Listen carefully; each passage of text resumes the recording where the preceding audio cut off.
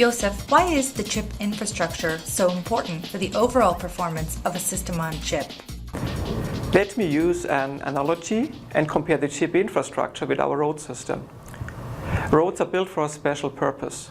So you find dense roads in cities, you find highways for long distance.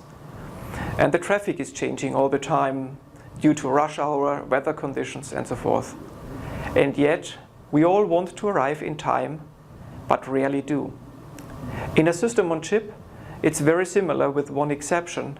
It has to be real time and data always have to arrive in time. The infrastructure plays a critical role in that, and any problems in its architecture can result into a severe degradation of the application performance. So let's have a look at the three major blocks of the Keystone infrastructure. The navigator is the brain. It contains hardware queues and several micro-RISC cores that manage the data traffic on the device.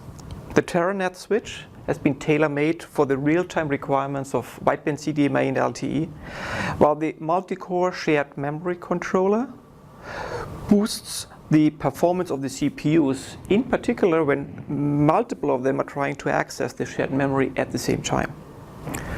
The Keystone 1 infrastructure was already able to operate wideband CDMA and LTE at the same time, but on Keystone 2 we boost the performance further.